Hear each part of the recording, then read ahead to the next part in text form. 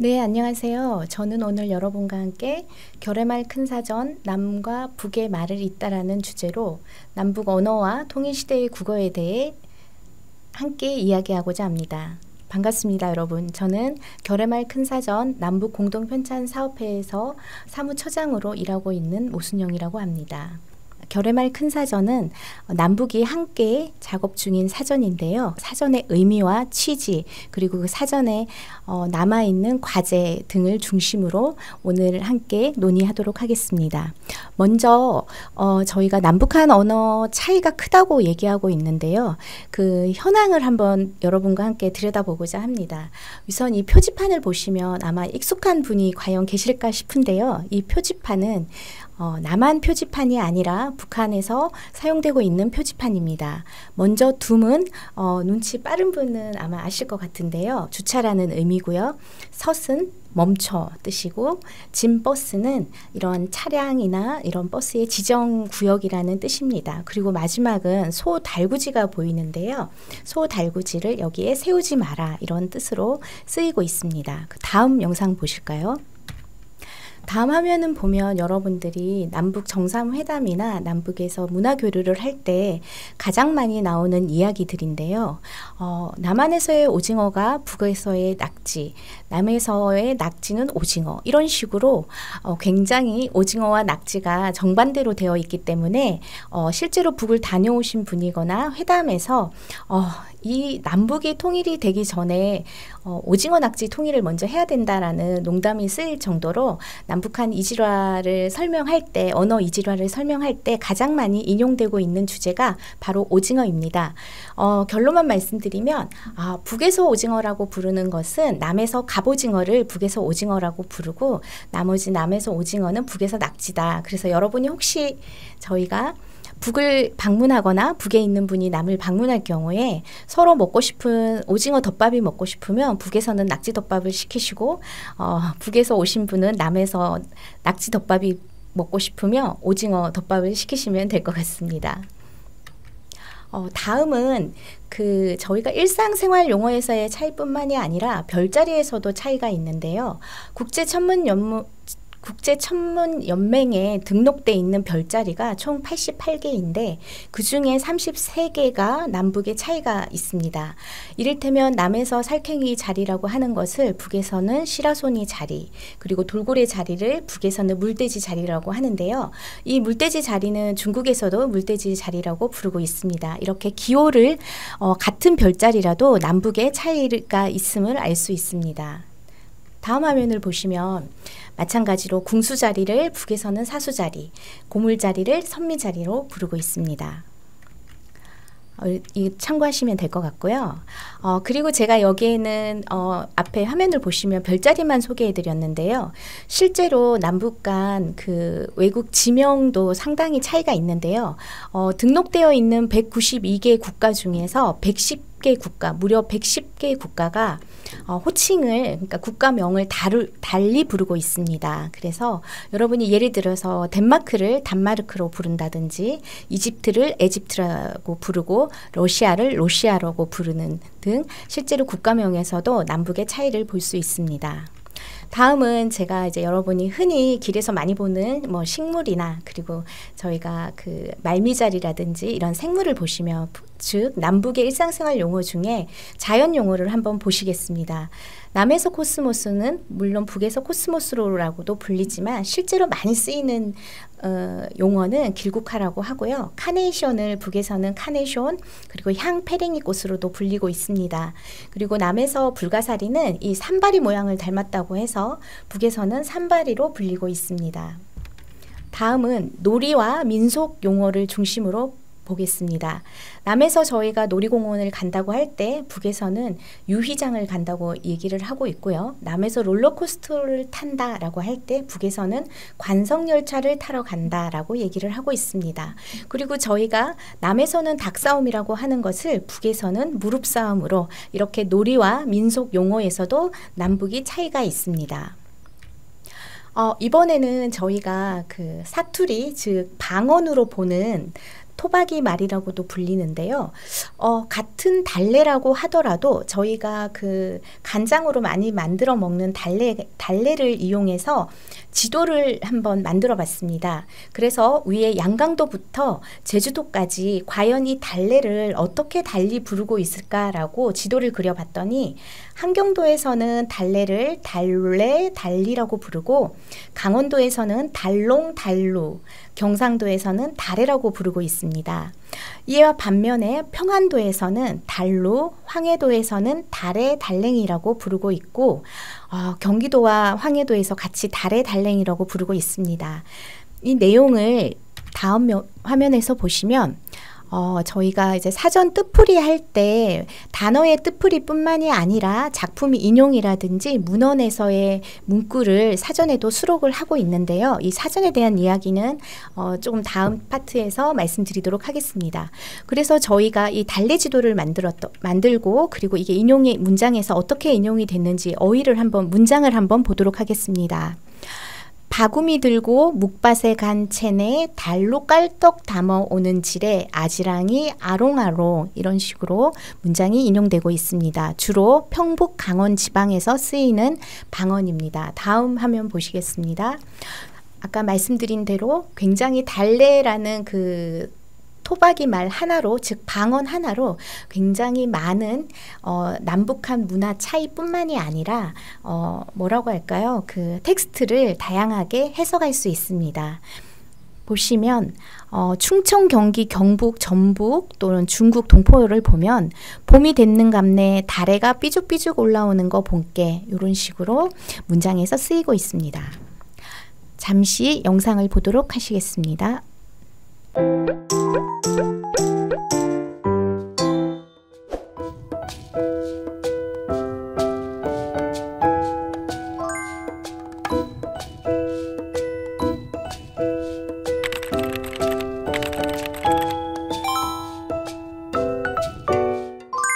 뭐라 하죠?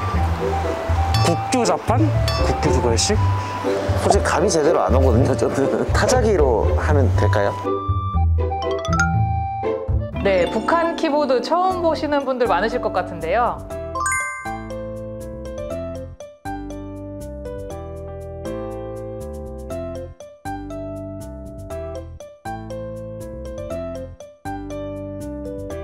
북에서는 우리가 이 키보드라고 부르는 이 물건을 건반이라고 부릅니다.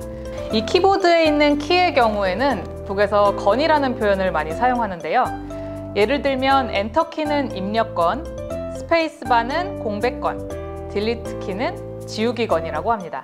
네, 남북의 키보드 자판 배열이 다른 것을 앞에서 보셨는데요. 우리 자판의 경우는 Shift키를 이용해서 겹자음을 입력할 수 있는 비읍, 디귿, 지읒, 기역, 시옷이 왼쪽 상단에 배치되어 있는 것이 특징이라고 한다면 북의 경우는 왼쪽 검지가 닿기 쉬운 곳에 니은과 리을키가 배치되어 있는 것이 특징입니다. 로동, 려행과 같이 두음 법칙을 적용하지 않는 북에서는 이 니은과 리을을 조금 더 자주 쓰기 편한 곳에 배치한 것이죠.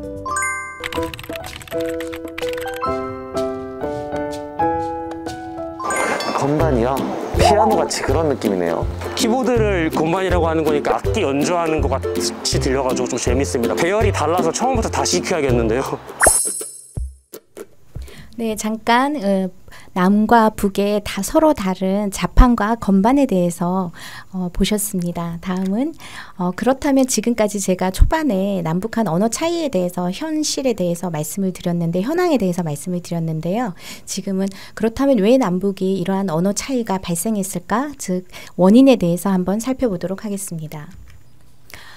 크게 저희가 남북한 언어 이질화의 주요 원인을 볼 때 네 가지로 구분할 수 있습니다. 첫째, 언어 간의 차이, 둘째, 언어 정책의 차이, 셋째, 어문 규범의 차이, 마지막으로 전문 용어의 차이를 들 수 있습니다. 언어 간을 먼저 보시면 남에서는 주로 물론 남과 북이 기본적으로 언어라는 것은 의사소통의 도구인데요. 그 의사소통 기능 이외에 남에서는 문화 창조의 매체로 활용을 더 중점을 두고 있다면 북에서는 사회주의 건설과 혁명에 힘있는 무기로 즉 선전선동에 많이 이용되는 측면이 있습니다. 언어 정책에서는 주로 저희가 남북한 언어 차이를 이야기할 때 가장 크게 얘기할 때 구분을 할 때 정책, 즉 규범 차이로 총칭해서 설명을 하고 있는데요. 언어 정책이라 함은 남이 표준어를 중심으로 서울말을 쓰고 있는 정책을 말한다면 북에서는 문화어를 중심으로, 즉 평양말 중심의 언어 정책을 구현하고 있다고 보시면 됩니다. 어문 규범은 남에서는 한글 맞춤법 통일안과 한글 맞춤법 1988년에 제정된 한글 맞춤법에 근거를 둔다면 북에서는 1966년에 조선말 규범집을 제정한 이후 88년, 2010년에 개정을 했는데요. 북에서는 독자적으로 조선말 규범을 적용하고 있습니다. 마지막으로 전문 용어는 남에서 전문 용어, 즉 의학 용어, 경제 용어, 도로 용어, 건축 용어, 스포츠 용어 등 이러한 전문 용어는 원어 및 한자어를 주로 조합하여 사용하고 있는 반면에 북에서는 이러한 그 한자어와 원어보다는 실제 고유어 및 한자어를 조합하여 사용하는 경향이 있습니다. 사실 저희가 언어 정책을 보면 굉장히 중요한 의미가 있는데요. 사실 그 분단 이후에 남과 북은 동일하게 표준어 정책을 적용하고 있었습니다. 하지만 1966년 북한에서의 언어 정책에서 가장 중요한 일이 있는데요. 바로 더 이상 표준어 중심이 아니라 문화어 정책을 도입함으로써 서울말 중심이 아닌 평양말 중심으로 사용할 것을 김일성 교시에 명시함으로써 명실공히 북에서는 평양말 중심의 언어 정책을 시도하게 됩니다. 이러한 정책의 의미는 굉장히 큰데요. 왜냐하면 1966년에 한글 맞춤법 표준말을 북한이 폐기하고 문화어를 표준말로 만들면서 평양말의 기존의 채소로 부르던 용어를 남세로 부르고 지방 방언이 대거 포함되기 시작합니다. 이 과정에서 5만 단어를 북한식으로 강제 순화하게 되는데요. 이후 1990년에 이 강제 순화한 5만 개의 단어 중에 2만 5천 개의 단어가 폐기되기도 합니다. 또한 이 66년을 기점으로 이념적인 의미를 덧붙이는 단어들이 생성이 되는데요. 남한에서는 주로 생물체를 이루는 기본 단위를 세포라고 하는 반면에 북에서는 이때부터 세포를 공산당의 말단 조직을 뜻하는 단어로 이를테면 변질해서 사용하고 있습니다. 또한 제가 앞에 그 중요한 정책에서 남북한 언어 차이가 발생한 주요 원인이 언어 정책과 규범이라고 말씀을 드렸는데요. 사실상 많은 언어학자분들은 남북이 그동안 물론 일상생활 용어나 언어 전문 용어에서의 언어 차이가 크지만 기본적으로 뿌리가 같기 때문에 언어 차이는 그나마 다른 부분에 비해서는 작다라는 의견을 주고 있습니다. 왜냐하면 이 의견의 근거를 살펴보면 여러분이 잘 아마 영화 말모이에서도 알 수 있을 텐데요. 저희가 한글 일제시대에 한글을 지키기 위해서 1910년 국권이 침탈된 이후로 조선어학회를 중심으로 한글을 지키기 위한 많은 운동이 있었습니다.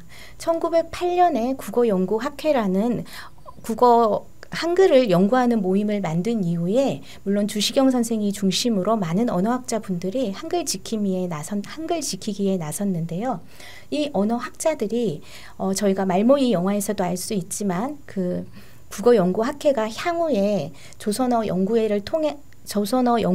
그리고 조선어 학회 그리고 향후에는 이제 한글 학회로 49년에는 한글 학회로 명칭이 변경되는데요. 이 명칭이 변경되는 것이 중요한 것이 아니라 이 단체가 어떤 언어를 지키기 위한 정신을 가지고 꾸준히 한글을 지키기 위해 나섰다는 것이 의미가 있습니다. 특히 조선어 연구회에서는 1926년에 오늘날 한글날의 전신이라고 할 수 있는 가갸나를 지정하였습니다.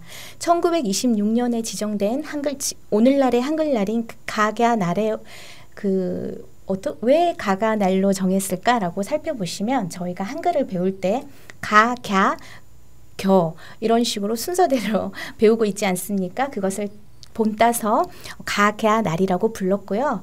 이 남북이 분단됐음에도 불구하고 제가 아까 초반에 언어의 뿌리가 같다라고 말씀을 드린 이유 중에 가장 대표적인 이유는 왜 그 이유를 말씀드리면 기본적으로 한글 맞춤법 통일안을 1933년에 제정한 것을 계승을 했고, 그리고 이 주시경 선생을 중심으로 그 제자들이 남에서는 최연배, 북에서는 이극로 같은 언어학자분이 표준어 사정을 1936년에 시행을 했고, 한글 맞춤법 통일안을 1933년에 제정했고, 외래어 표기법 제정을 1940년에 한 이러한 노력들을 남과 북이 동일하게 적용했기 때문에 저희가 생각하는 것보다는 비교적 적게 남북한 언어 이질화가 됐다라고 보시면 되고요.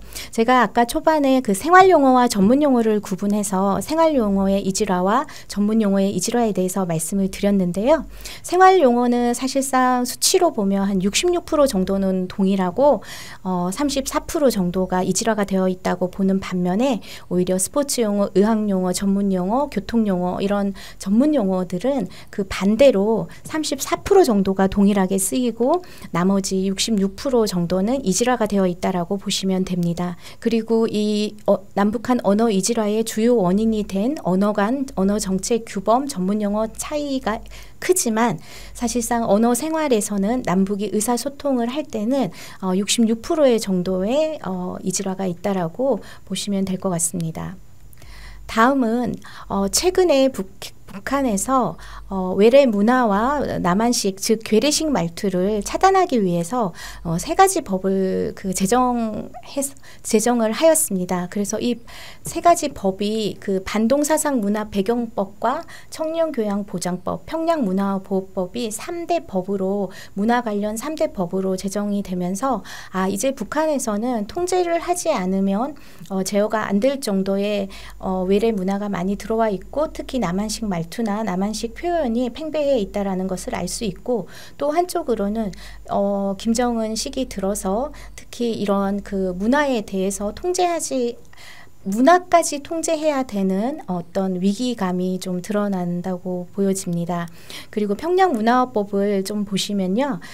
북한 내에 괴뢰 말투를 쓰는 현상을 근원적으로 없애기 위한 목적으로 제정되었다라고 표현이 되어 있는데요. 이 평양문화보호법은 이 법을 위배했을 때 교화형에 처한다든지 뭐 노동교화형이라든지 사형까지 처하는 거로 알려져 있습니다. 또한 여기서의 괴뢰 말투는 직접적으로 남한식 말투라고 그 법에는 제정하지 않았지만 실제로 여기서의 괴뢰 말투는 남한식 말투, 남한식 표현, 남한식 어투, 남한식 발음, 끝에 발음할 때 끝에 억양을 올린다든지 아니면 오빠라는 표현이라든지 이런 호칭 그리고 이런 남한식의 말투를 본뜨는 것에 대한 규제로 보시면 될 것 같습니다.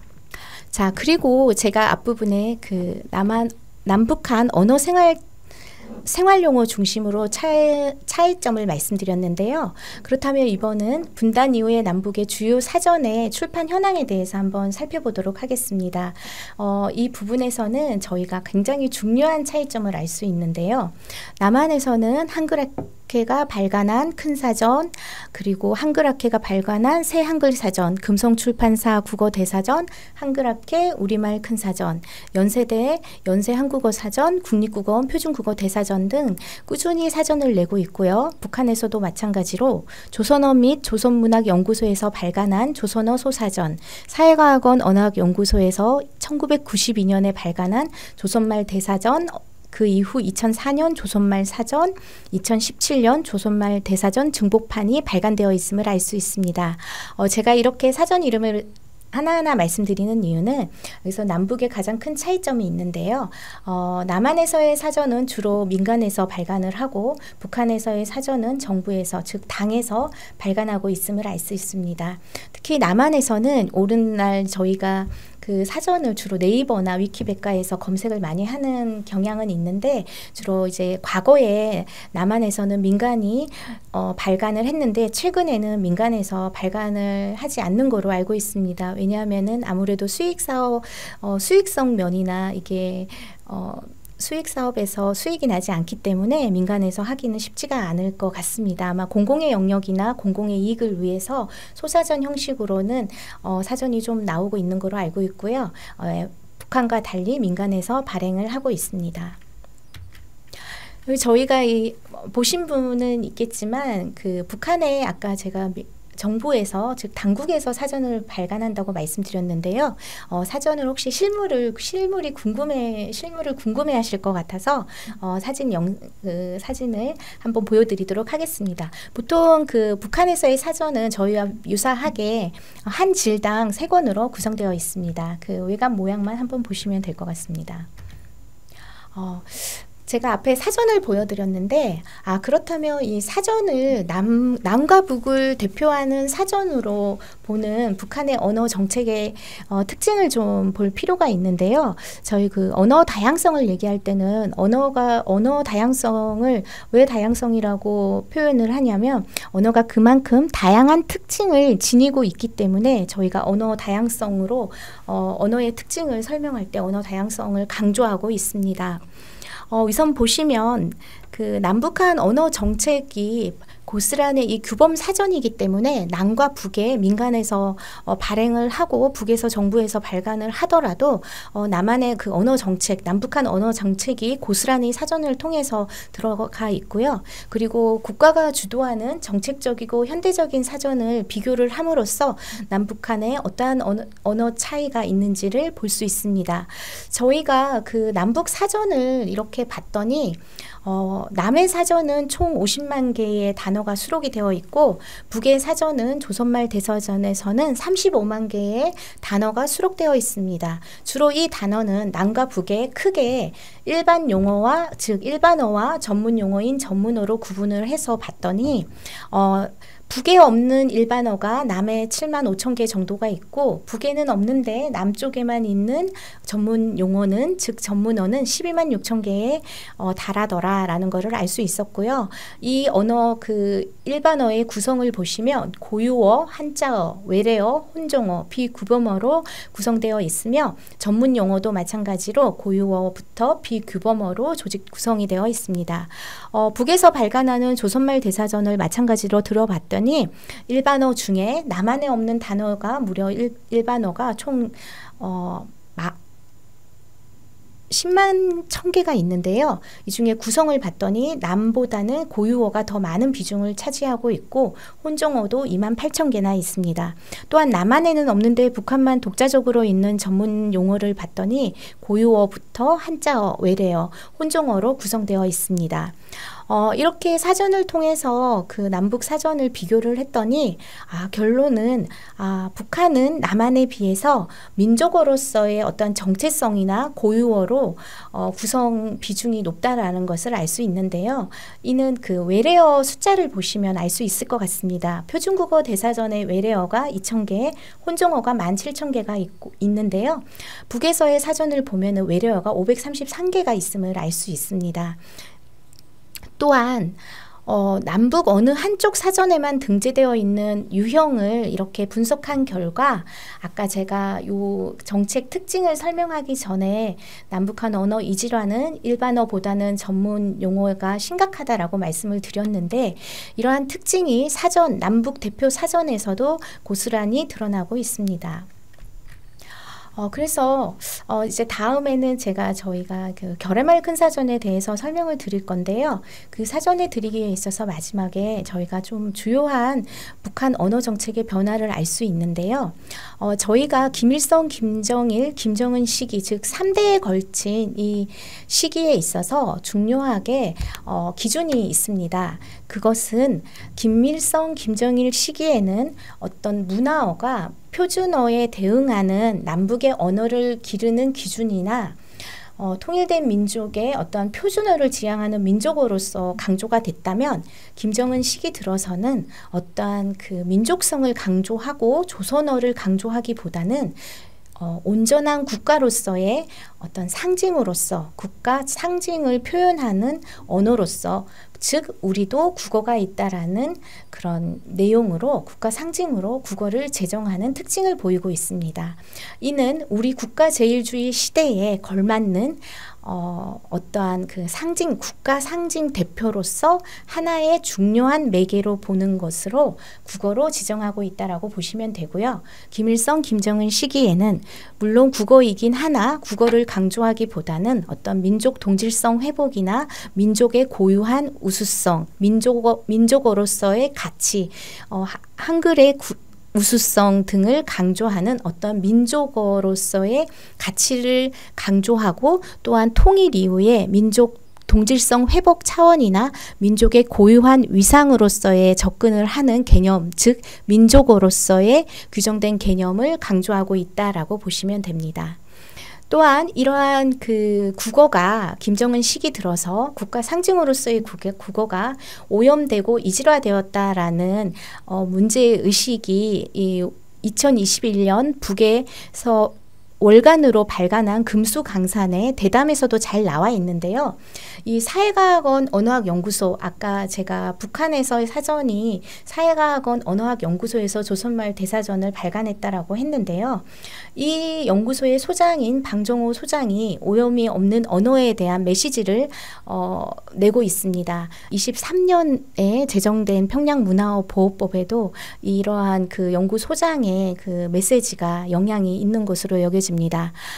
북한 유일 언어기관인 언어기관 소속의 언어학자인 방정호 소장의 그 의미를 보면은 언어 생활에 다른 말이 끼어들 경우 언어의 오염을 막을 수 없다라는 인식으로 강조를 하고 있고 우리 이 그 건전한 언어 생활의 기풍으로서의 민족 언어의 중요성, 우리말의 순결성을 보장을 강조하는 메시지를 내고 있고 여전히 우리말과 문자에 대한 긍지는 이 인터뷰에서도 나와 있습니다. 또한 이 그 사회과학 언어학연구소는 제가 결의말 큰사전을 아까 말씀을 드렸는데 결의말 큰사전이 통일준비 사전인데요. 저희 그 남측의 편찬위원회의 그 파트너 즉 상대 그 사전을 만드는 북측 상대의 연구소가 바로 이 사회과학원 언어학연구소입니다. 예. 문장으로 한번 남과 북의 언어 차이를 보시도록 하겠습니다. 보시면 이 같은 문장인데요. 남과 북의 여러 차이를 알 수 있습니다. 남에서의 여행객들은 버스 창밖의 바닷가를 바라보고 있었다. 바다는 전율일 정도로 파란 빛깔을 띠었고 이렇게 표시가 되어 있고요. 표현이 되어 있습니다. 북에서는 여행객들은 버스 창밖 의 바닷가를 바라보고 있었다. 이런 식으로 표현을 하고 있는데요. 아마 그 눈썰미가 있는 분이나 눈치 빠르신 분은 바로 이 남북한의 문장 차이를 알 수 있을 것 같습니다. 다음 화면 보시겠습니다. 보시면 바로 두음 법칙이 남과 북이 다르며 바닷가 사이시오 표기 차이가 있으며 버스 외래어 표기 차이가 있습니다. 물론 버스를 발음할 때는 저희도 버스라고 표현하는 발음하는 경우도 있는데요. 이거는 표기 차이를 말씀드리고 있는 거고요.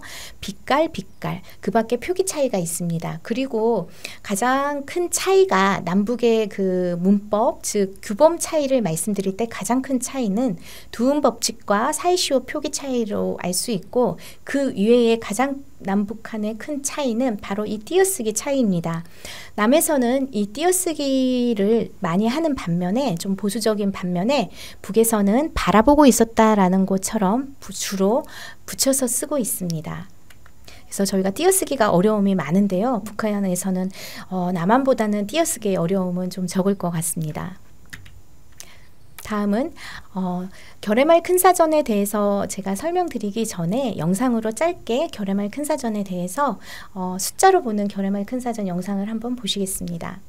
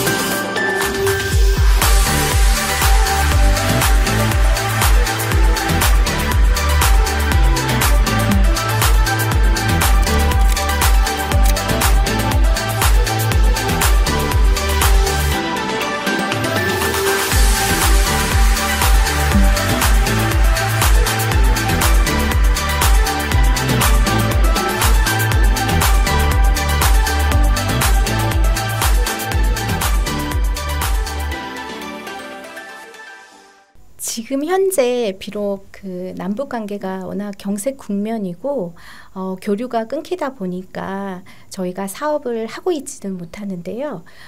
현재 남북 교류 사업 중에 남과 북의 민족 동질성을 회복할 수 있는 사업으로는 가장 대표적으로 결해말 큰사전과 개성 만월대 발굴 사업을 들 수 있습니다.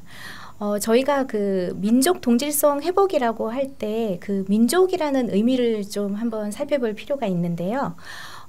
민족의 사전적 정의를 저희가 한번 살펴봤습니다. 민족의 사전적 정의는 일정한 지역에서 오랜 세월 동안 공동 생활을 하면서 언어와 문화상의 공통성에 기초하여 역사적으로 형성된 사회 집단을 의미하는데요. 바로 이때 이 언어를 통해서 북한과의 접점이 있는 것이죠. 제가 앞부분에 남북한 언어 차이를 설명을 하면서 그나마 뿌리가 조선어학회에 뿌리를 두고 있고 한글학자의 노력으로 저희가 언어 이질화가 있지만 그래도 어떤 그 민족 단일 민족으로서의 공통성을 가지고 한민족으로서의 어떤 그나마 다른 부분에 비해서 어떤 동질성을 유지하고 있는 것으로 보이고 또한 재개의 필요성이라든지 남북 화합의 필요성을 이야기할 때 가장 접점이 큰 분야를 바로 언어나 다른 문화 공통성으로 보고 있다고 여겨지는데요. 실제로 저희가 이 결해말 큰사전은 남북 관계가 좋을 때나 나쁠 때나 사실 지금까지 총 25번의 남북이 공동회의를 하고 있었습니다. 그런데 2015년부터 여러 사정으로 더 이상 회의를 할 수는 없었는데요. 그 시작점을 한번 보도록 하겠습니다. 결해말 큰사전은 그 남북 언어 차이를 줄여줄 수 있는 사전을 남북이 함께 준비하는 사전이기도 하지만 통일 이후에 적어도 언어 부문에서의 혼란을 최소화시키고 통일 이후에 조선어학회가 일제시대 때 그 한글을 지킨 거와 마찬가지로 지키고 규범을 정비했기 때문에 분단 이후에 그 어지러운 그 여러 상황에서도 공공용어라든지 통일 용어가 정비가 되어 있었기 때문에 혼란이 적었다라는 평가를 받은 것처럼 결해말 큰사전도 통일 이후에 사회, 문화, 경제 분야에서의 여러 그 문화적 전체적인 소통 단계에서 의사소통의 효율성이라든지 남북 간 주민의 불필요한 의사소통의 어떤 갈등을 사전에 예방할 수 있고 그리고 통일이나 통합 이후에 공공용어라든지 교육용어를 어떤 공통된 그 언어를 사용함으로써 그 의사소통의 효율성을 극대화할 수 있다라는 평가를 받고 있습니다.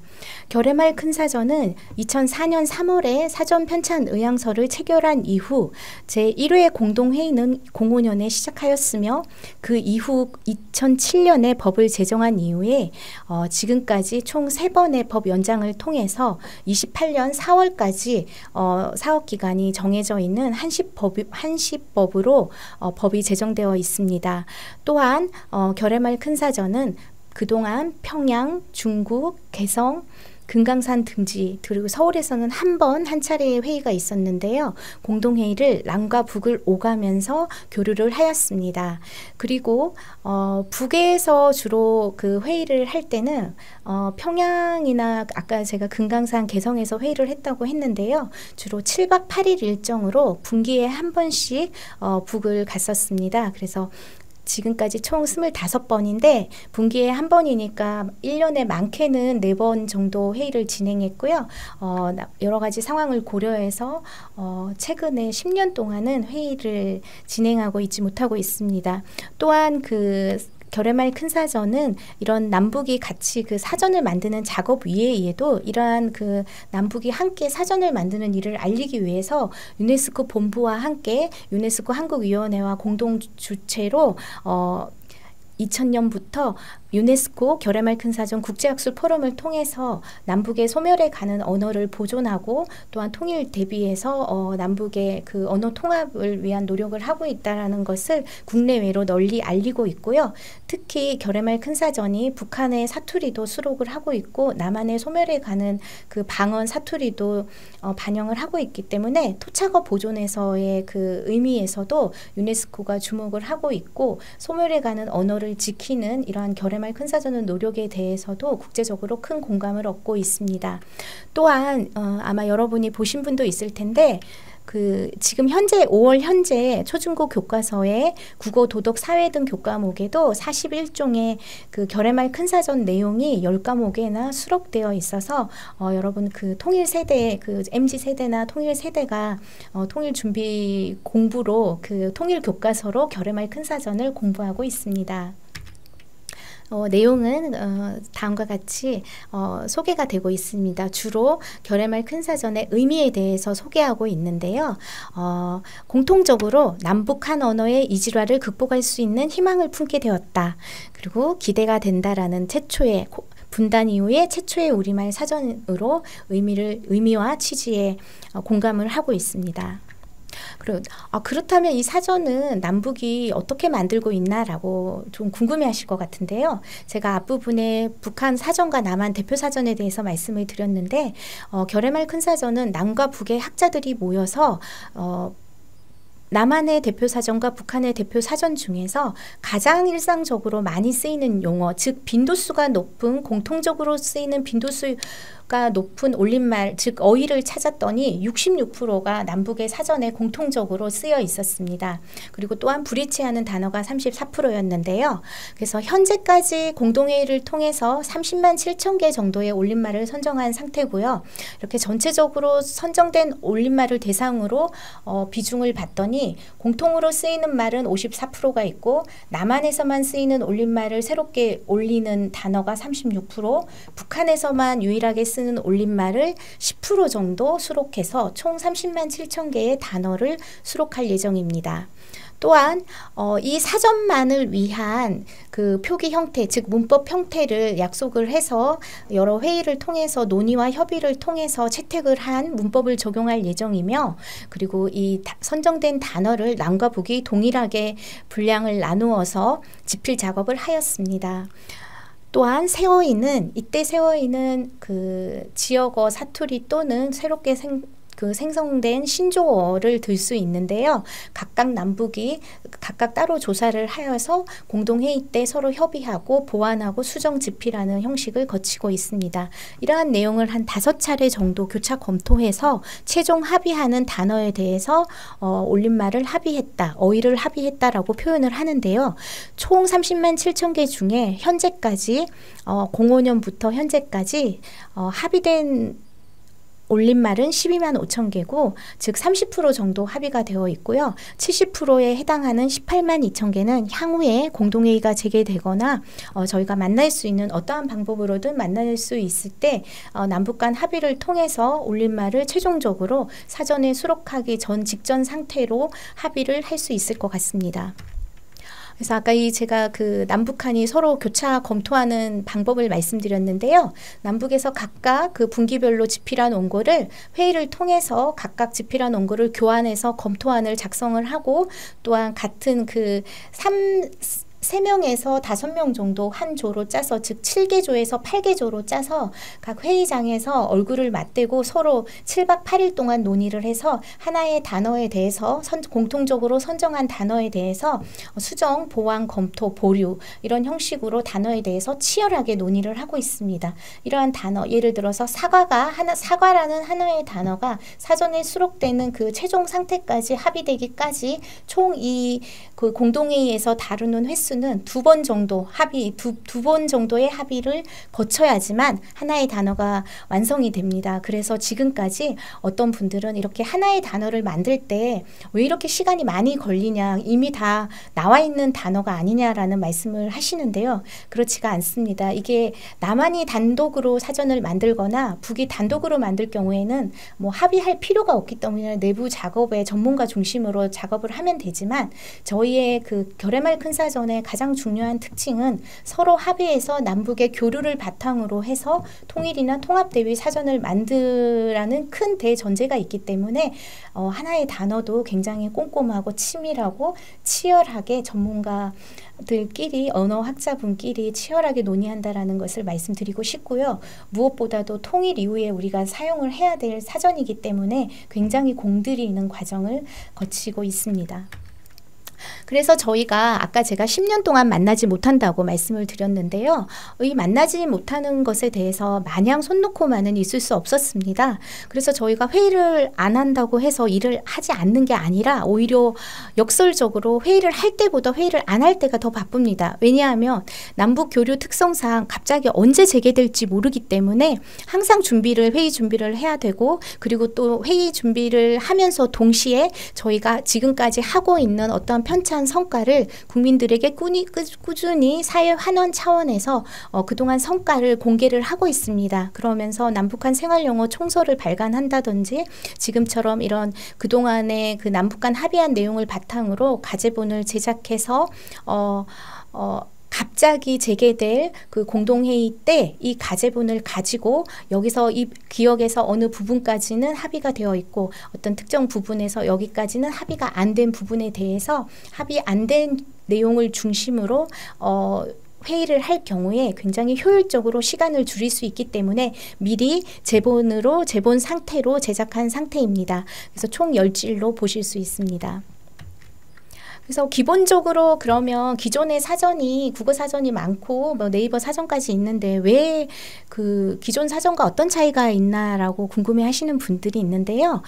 이건 무엇보다도 가장 큰 특징은 분단 이후에 남북이 최초로 만들고 있는 사전이라는 것이 가장 큰 특징이고요. 또한 이 사전은 기존과 달리 새롭게 생성된 어떤 더 폭넓게 이해할 수 있게 상세하게 뜻풀이를 하고 있는 사전이고, 그리고 또한 이 사전은 남북 모두 저희가 초반에 그 합의 요강이라든지 그 합의 지침을 만들거나 작업 지침을 올림말 선정 지침을 만들 때 적어도 이 사전에 있어서는 이념이나 정치적인 해석 풀이 가치를 배제해서 빈도수가 높은 일상생활 용어 중심, 물론 일상생활적으로 많이 쓰이는 전문 용어를 포함해서 수록하기로 합의를 하였습니다.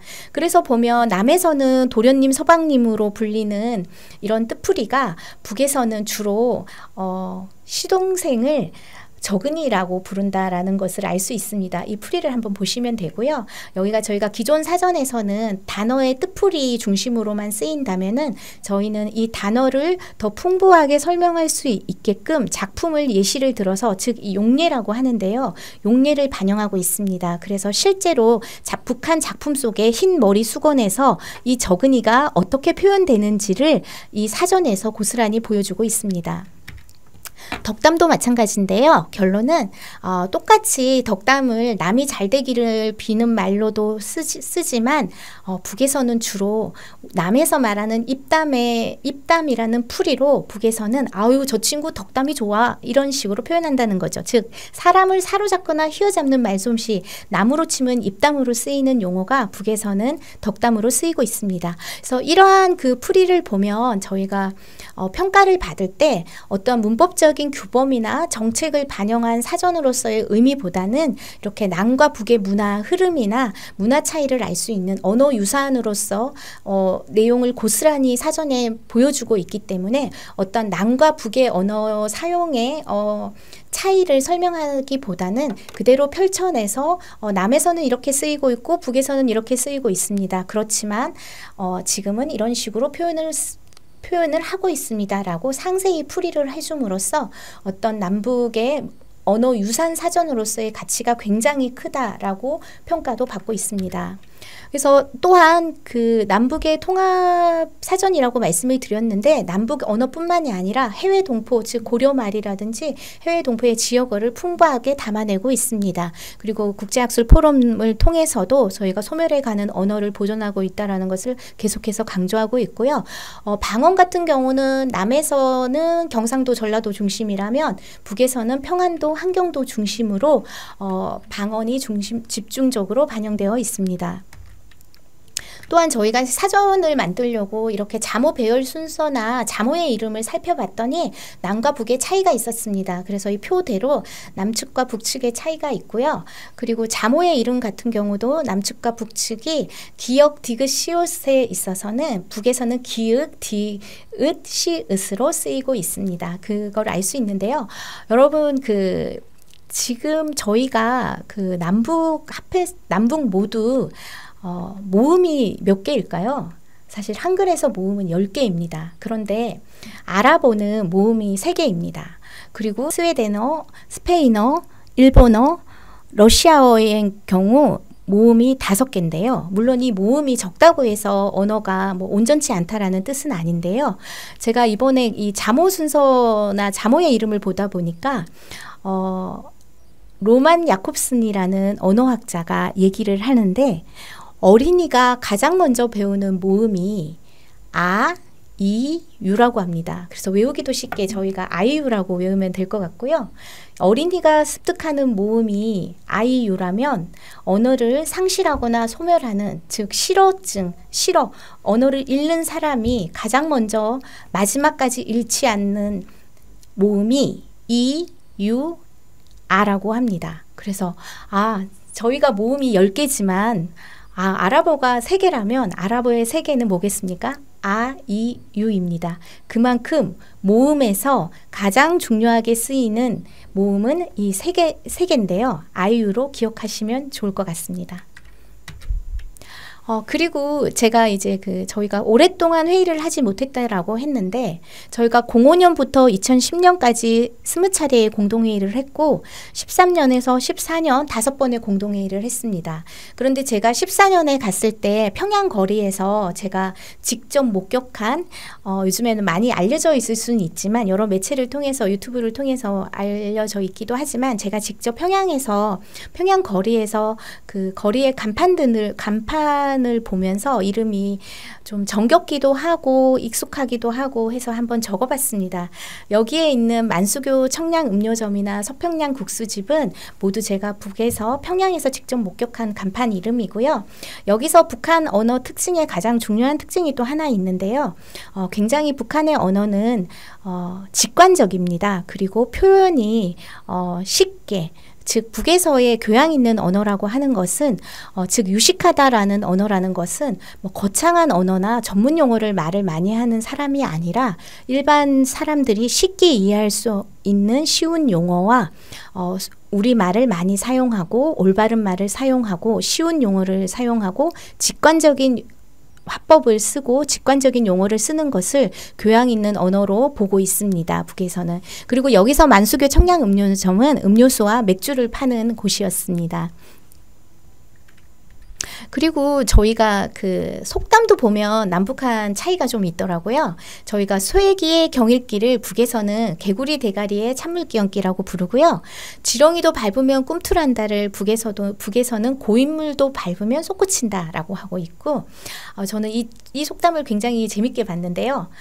돌다리도 두들겨 보고 건너라 라는 표현을 북에서는 삶은 개도 다리를 묶어놓고 먹으랬다, 이렇게 표현한다고 합니다. 요거는 제가 여러분이 그냥 재미로 한번 보시라고 속담을 소개해 드리고 있습니다. 그리고 남북한의 이 속담 차이도 있지만 저희가 소통에서의 가장 큰 차이가 있는데요. 아마 북에서 오신 탈북민 분들도 많이 얘기를 하시고 남한에서 그 탈북민하고 소통할 때 그런 얘기를 많이 하시는데, 사실 발음, 억양, 표현, 어휘 차이도 있지만 화법 차이도 남북한은 큽니다. 즉 남은 직접 화법을 쓰지 않고 간접 화법을 쓴다면 북에서는 주로 직접 화법을 씁니다.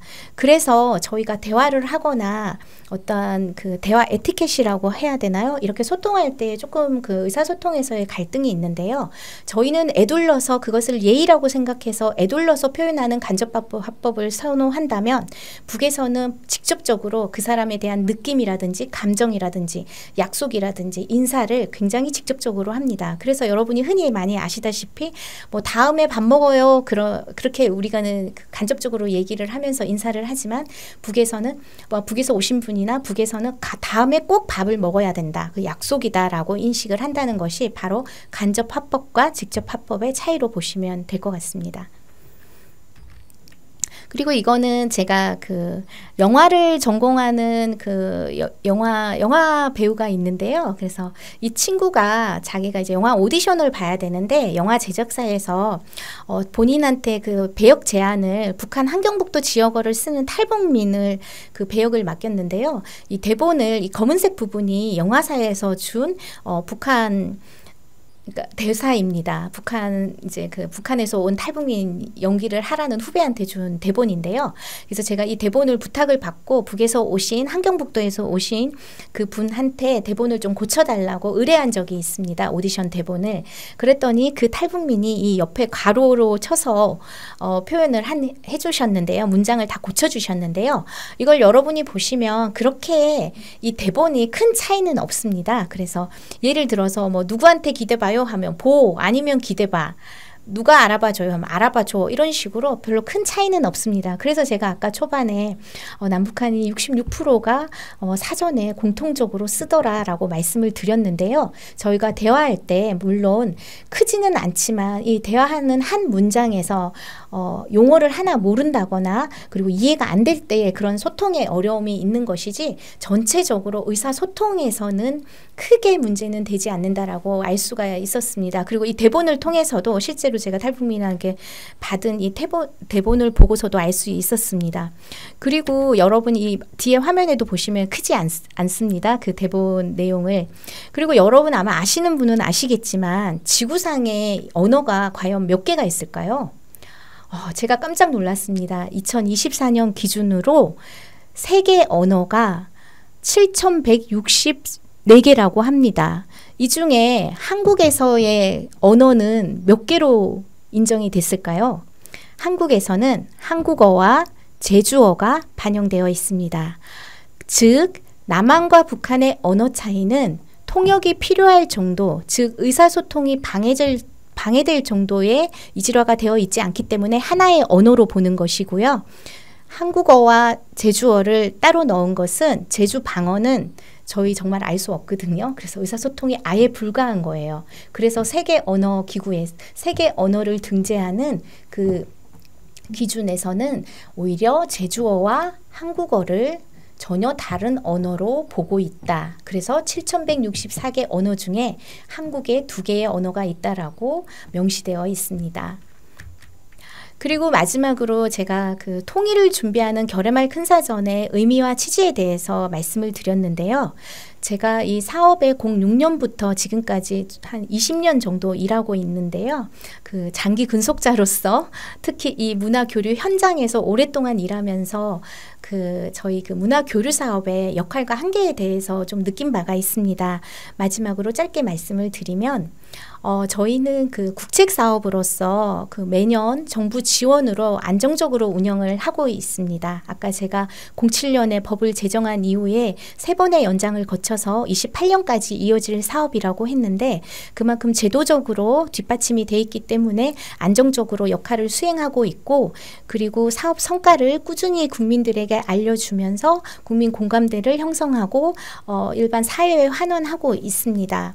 이러한 긍정적인 효과가 있는 반면에 어떤 기금을 받는 것만큼 공적 책임이 강조가 되고 있고 그리고 무엇보다도 본질적인 그 사업에 집중을 하는 반면에 어떤 확장이라든지 독자적인 출구를 모색하기에는 여러 한계가 있다. 특히 지금까지 출구가 막힌 상태에서는 인적 구조와 예산적인 여러 가지 어려움으로 이렇게 원만하게 사업을 진행할 수 있는 여건이 점점 축소되는 경향이 있고 특히 교류 협력 사업 자체가 워낙에 장기화된 상태로 위축이 되어 있기 때문에 현장에서는 굉장히 약간의 의욕이 좀 떨어져 있는 상태고 그렇게 의욕이 떨어져 있기 때문에 어떤 지속 가능성과 안정성이 저희 단체는 타 단체에 비해서 비교적 안정적으로 지원을 받고 있지만 이 동력이 점점 떨어지고 있다는 것을 느끼고 있습니다. 그래서 이러한 한계를 극복하기 위해서 여러 노력을 저희가 하고 있는데요. 그렇지만 가장 중요한 것은 아까 제가 민족의 공통성을 이야기할 때 언어와 문화적인 공통성을 말씀을 드렸는데 이 언어의 언어 콘텐츠에 대해서 꾸준히 개발을 할 필요가 있고 그리고 이렇게 장기적으로 남북 사업이 고착되어 있을 때 우리가 북한의 입장 변화에 따라서 변할 수 있는 어떤 가변적인 상황과 대처 방안도 굉장히 중요하다라고 현장에서 많이 느끼고 있습니다. 그리고 이 사업을 임하는 자세나 또는 이 외부에서 바라보는 시각도 많이 변하고 있는데요. 이렇게 표에 보시면 초반에 저희가 사업을 시작할 때는 민족 동질성 가치라든지 민족 동질성 회복 차원, 결의, 즉 민족을 강조하고 결의어를 한 반면에 현재는 여러 MZ세대나 그런 다양한 의견을 들어보면 남과 북이 사업을 할 때 좀 설득력 있고 여러 공감대를 얻기 위해서는 남과 북 모두에게 공공의 이익이 되는 사업을 추진하는 것이 좀 좋겠다라는 생각을 했고, 그리고 그 공공이익을 가장 줄 수 있는 것이 통일 통합 이후에 남북이 동시에 쓸 수 있는 교육사전으로도 쓸 수 있고 통일준비사전으로 쓸 수도 있고 의사소통의 효율성으로 경제, 사회, 문화 부분 전체적인 분야의 모든 영역의 통합을 도와줄 수 있는 어떤 이 의사소통의 효율성이 총체적으로 반영되어 있는 이 사전을 통해서 남북을 잇고 그리고 통일 시대에서도 어떤 효율성을 극대화시킬 수 있는 사전으로서의 가치가 최근에 부각됨으로써 MZ 세대들에게도 공공이익으로 접근할 수 있는 그런 이미지 제고가 되었다고 생각을 합니다. 그래서 보면 저희가 이 사전을 만드는 곳이다 보니까 제가 마무리는 사전으로 하도록 하겠습니다. 사전 단어에 수록된 단어 중에 보면은 물꼬라는 명사가 있습니다.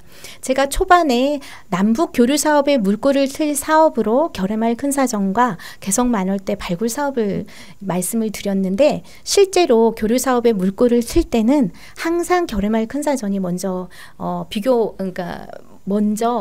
부각이 되고 있는데요. 인용이 되고 있습니다. 보시면 물꼬의 사전적 정의는 논에 물이 넘어 들어오거나 나가게 하기 위하여 만든 좁은 통로이다 라는 풀이가 있고, 두 번째 풀이를 보면 어떤 일의 시작을 비유적으로 이르는데 남북 교류의 물꼬를 트다라는 예시가 실제로 있습니다. 그래서 다음에 혹시 저희가 사전이 완성되는 그날에 이 두 번째 풀이에서, 사전 뜻풀이에서 남북 교류의 물꼬를 결의말 큰 사전이 뜨다라고 풀이될 수 있도록 저를 포함해서 모든 구성원이 함께 노력하겠다라는 각오로 마지막으로 여러분께 소개해드리고 싶었습니다. 감사합니다.